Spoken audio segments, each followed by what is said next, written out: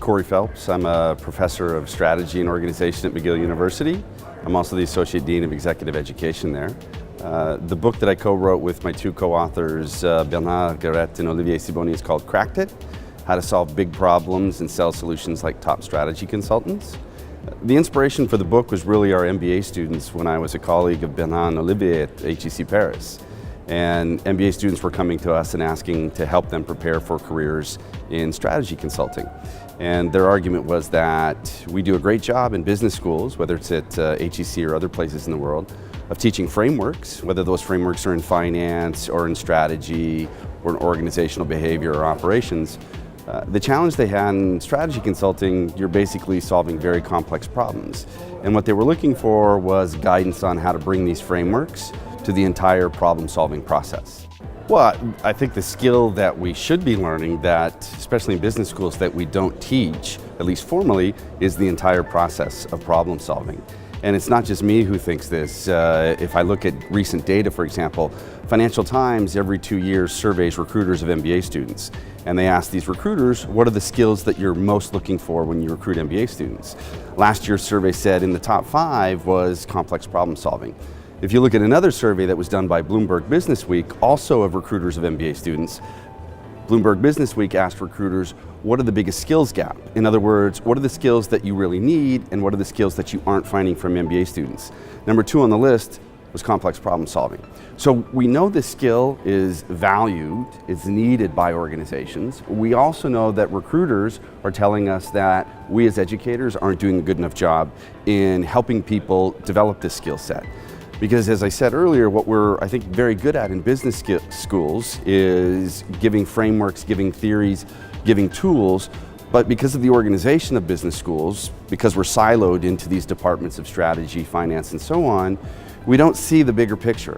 And we have a coordination problem in terms of trying to get together as a faculty and say, we want to teach the problem-solving process, which means that's going to cut across these different silos, and getting academics to cooperate and coordinate, as you know, can be quite problematic. The first pitfall that we see is that people don't actually stop and take sufficient time to define what the problem is. In other words, we rush to a solution. And if we look at research in cognitive psychology, that research tells us that our brains are literally hardwired to basically very quickly assess a situation and then come to a solution to that, the fight or flight response.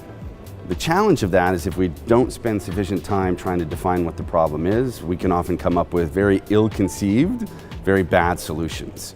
So one of the pitfalls that we talk about in the book is essentially poor problem definition.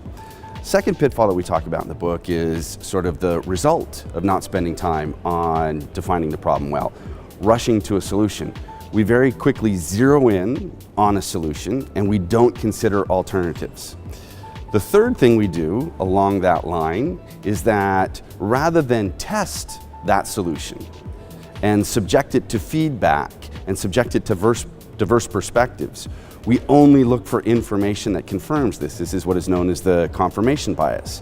So our brains quickly jump to solutions. We zero in on one. We only look for information that confirms that solution. A fourth pitfall that we talk about in the book is we often very narrowly frame problems to make them tractable. For example, we want to look at problems that may seem very complex, and in order to make them less complex, we try to simplify them and say, have I seen something like this before? We want to reason by analogy.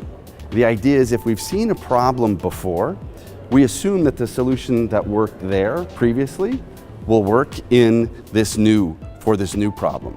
And again, what happens is that because we've so narrowly defined the problem, we end up coming up with ineffective solutions. So those are the pitfalls on the problem-solving side, and then there's a major pitfall. At the end of the day, once you solve the problem, you're going to have to sell your solution. You're going to have to convince other people that they should implement it. And there a challenge comes is that what we often do as problem solvers is that when we're trying to convince people to use our solution, we end up telling the story of how we solved the problem rather than why they should adopt the solution. So in the book, we outline these 5 pitfalls, and the rest of the book we really spend time talking about how do you overcome these 5 pitfalls. We actually present a fairly simple model for problem solving in the book that we call the 4 S's. The first S stands for stating the problem. In other words, defining the problem. The second S stands for structuring the problem.